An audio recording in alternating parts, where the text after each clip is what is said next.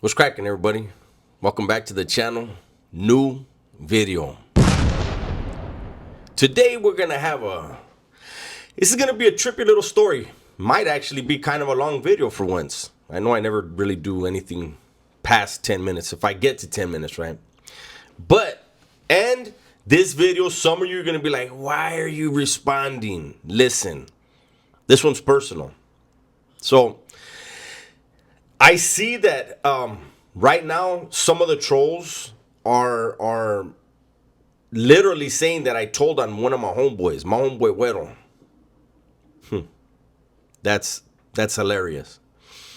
But it gives me an opportunity to let you guys know how certain things work and give you a story, right? So I want to start this video with this. My homeboy Huero B.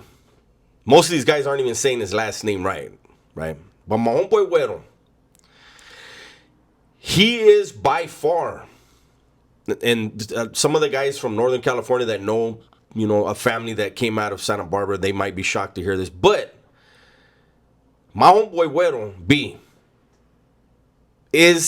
was by far the most loved and respected dude to ever come out of Bruta. He's not from the same neighborhood as me. The neighborhood he's from actually doesn't exist anymore. But he was a man who earned a reputation that was not to be played with, right? Now, let's get into the story. There was an occasion where I was being transferred out to an outside specialist, right? I was in Pelican Bay, and they were sending me out to a doctor, an outside specialist, right? And so in the vans, some of the vans, they have, there's where the cops sit. Then there's the wire mesh or the metal mesh, whatever. And then there's a little, like, one seat, boom. And then there's more mesh. And in the back, there may be another seat, or it may be benches, 2 benches, no seats, right? And the benches run alongside the van. And on this occasion, I was the one sitting right behind where the cops were at, right? And then there was somebody behind me, a homie. So the Huras put us in there, and they get out of the van. They're doing stuff, when they go to get their, their guns and all that shit. And I look. This is what you're supposed to do. Anytime there's any paperwork laying around that you can see, look at it, especially if it's face up. If it's face down, you can't see shit, right? So I look, and lo and behold, it has a description of me. There's a picture of me. And there's case factors, right? And it has me identified with a certain organization. Right? I'm not validated at the time.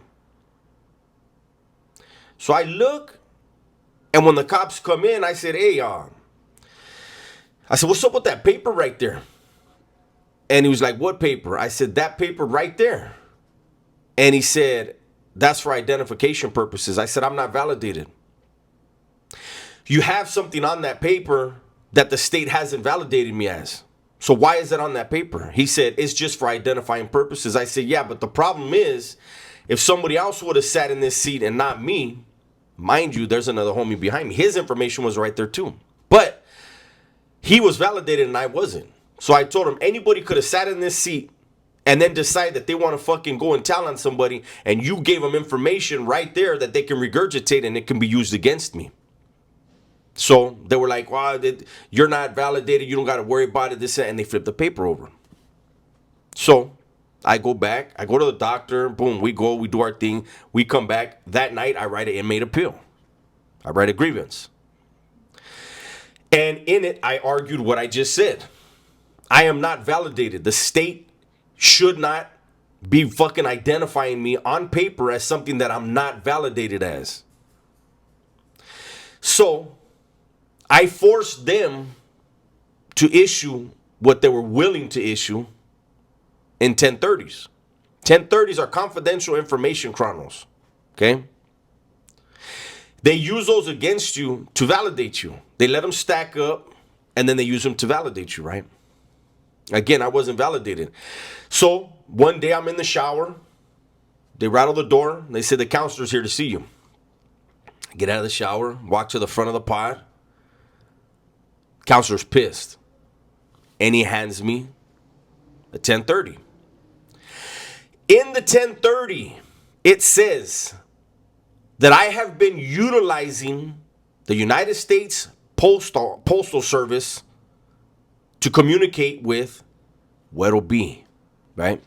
Now, flash to these years later, and my parole hearing that these guys are saying, and in it, I mentioned Huero B, and that he was the only one from Bruta that had more juice than me.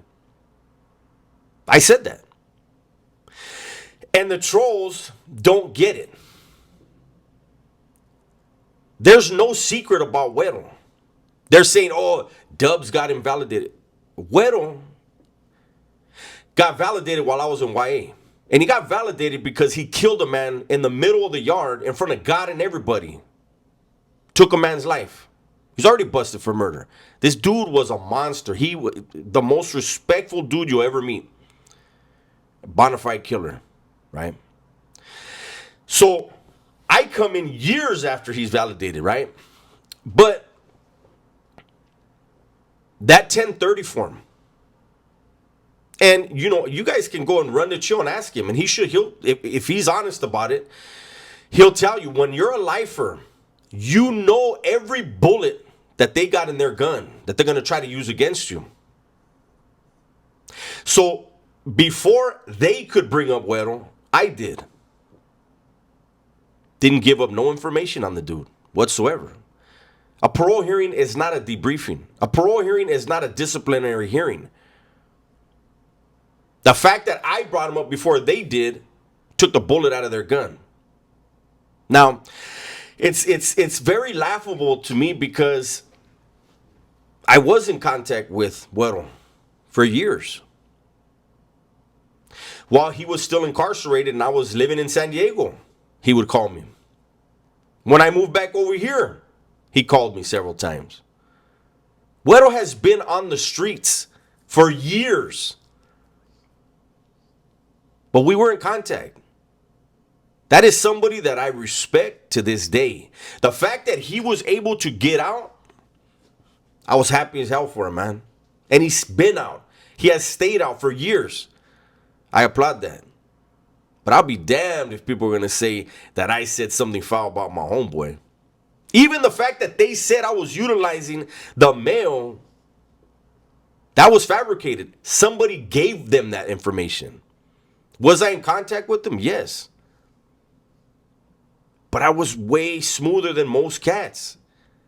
I had a cell phone and a secretary on the streets. I would tell this woman exactly word for word what I wanted in the letter because I had codes. One word missing can destroy the whole message, right? So mail didn't have to come out my door for the squad to catch. You know, a lot of these dudes, they never lived that type of life in there or out here. They were never in a parole hearing. This shit is funny to me, man. Shout out to my homeboy Huero, though. I'm glad you're doing good, homie. And it's unfortunate that these guys will try anything to try to tear a guy down. It ain't gonna work. Chingao, it is fucking amazing though, man. Like, congratulations. I don't know what you think you accomplished, but hey, I got to make content out of it. I got to tell a story.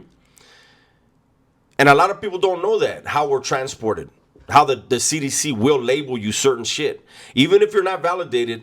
And that is a ploy that they use, leaving paperwork up like that for somebody to try to use against you later. CDC plays some treacherous games, man. But anyways, that's my video. It's already late in the afternoon. I partied way too hard last night, so all the content came out late. I apologize, but that's my video for the day. Hopefully you guys enjoyed it. Everybody, please be safe, be smart, and tell the ones you love that you love them, man. I'm out of here.